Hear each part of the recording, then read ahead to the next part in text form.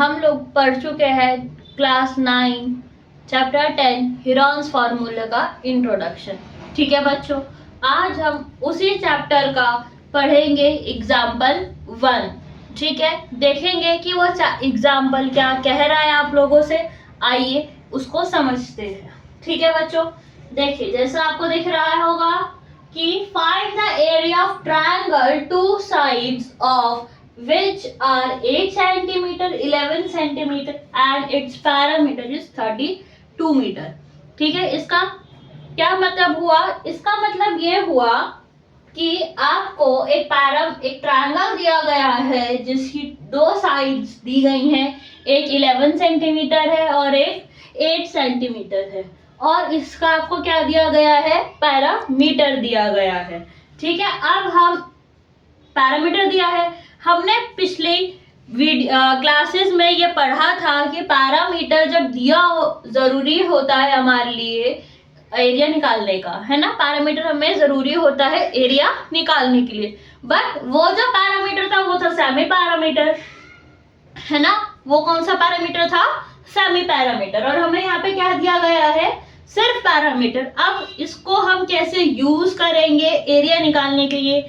किस तरह इस पैरामीटर से हम थर्ड साइड फाइंड करेंगे, किस तरह इसी पैरामीटर का इस्तेमाल करके हम पूरा इस ट्रायंगल का एरिया निकालेंगे। आइए चलो देखते हैं। सबसे पहले जो जो क्वेश्चन में गिवन है उसको लिख लेते हैं भाई। हमें क्वेश्चन में गिवन है पैरामीटर 32। हमें एक side A B C sides पता है, ए है 11, बी है 8 और सी हमें क्या है? निकालना है। ठीक है बच्चों, तो आइए सबसे पहले क्या करेंगे हम, अगर किसी भी चीज का बेसिक, किसी भी फिगर का पैरामीटर निकालते हैं तो क्या करना पड़ता है? सम ऑफ ऑल साइड करना पड़ता है ना बच्चों। तो अगर हमें किसी भी फिगर का बेसिक पैरामीटर निकालने के लिए क्या करते हैं हम लोग?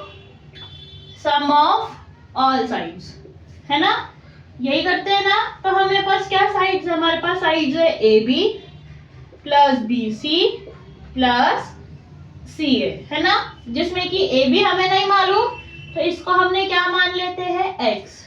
बी से हमको क्या है? 8 और सी ए क्या है? 11। ठीक है, और हम क्या निकालते हैं सम ऑफ ऑल साइड से बच्चों? पैरामीटर। क्या निकालते हैं? पैरामीटर, जो हमको दिया गया है कितना? 32। ठीक है, जो हमें क्या दिया गया है बच्चों? 32, है ना।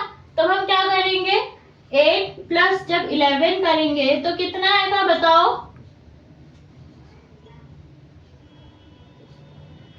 19, है ना।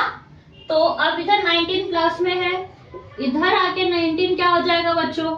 माइनस में। और जब हम इसको सॉल्व करेंगे तो हमारे पास क्या आ जाएगी? x की वैल्यू निकल के आ जाएगी। ठीक है, करें चलो इसको माइनस, क्या आएगा?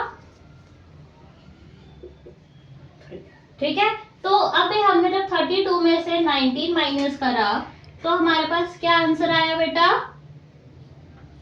13 आया। ठीक है, 13 आ गया हमारे पास। अब हमारे क्या मिल गया? ये x मिल गया। अब मतलब वापस थर्ड साइड क्या हो गई? 13 सेंटीमीटर हो गई। इतना समझ आ गया? ठीक है, थर्ड साइड हमने इस तरह फाइंड कर ली। अब हमको क्या फाइंड करना है बच्चों? सेमी पैरामीटर फाइंड करना है। ठीक है, तो सेमी पैरामीटर फाइंड करने के लिए मैंने आप लोगों को एक फॉर्मूला बताया था। क्या फॉर्मूला था? वो फॉर्मूला था a plus B plus C upon में 2।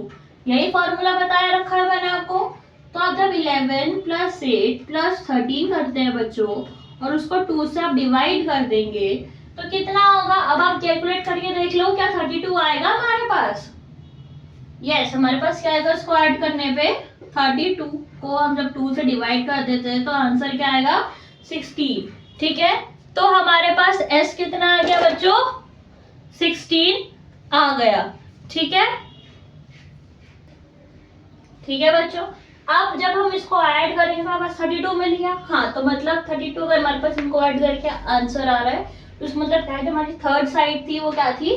13 सेंटीमीटर थी। आगे बात समझ। अब क्या करना है? हमने इन सबको ऐड करके 32 आ गया। 32 को क्या करना है? हमें 2 से डिवाइड कर देना है, माने हिंदी में बोले तो इसको 2 से भाग दे देना है। तो जब इसको हम डिवाइड करते हैं बच्चों, तो यहाँ पे क्या आएगा 16 सेंटीमीटर। क्या आएगा बच्चों 16 सेंटीमीटर। 16 सेंटीमीटर हमको क्या मिल गया, हमारा एस मिल गया। सेमी पेरीमीटर कितना आ गया हमारा 16 आ गया। ठीक है बच्चों, चलिए अब आए इसको, अब हम हेरॉन्स फार्मूला में इन सब का वैल्यू को पुट करते हैं। ठीक है, आप लोगों को ध्यान रखना है सारी वैल्यूज कि हमारे पास A11 है, B8 है, C13 है और जो S है वो कितना आया है 16 आया है। ठीक है बच्चों, आइए चलो इसमें वैल्यू डालते हैं S minus A, S minus B और S माइनस C। ठीक है, अब आओ S का निकल के आया है 16, तो हमको 16 में से 11 माइनस करना है, फिर 16 में से हमको 8 माइनस करना है और फिर 16 में से हमको 13 माइनस करना है।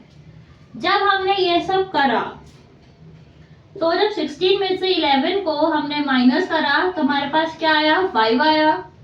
16 में से 8 को माइनस करा तो 8 आया। 16 में से 13 को माइनस करा तो हमारे पास 3 आ गया।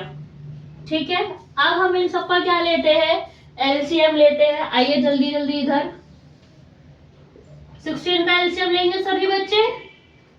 अब तक हमें याद हो जाना चाहिए कि जब हम 16 को एलसीएम लेते हैं तो हमारे पास जो 2 होता है वो कितनी टाइम्स आता है 4 टाइम्स आता है।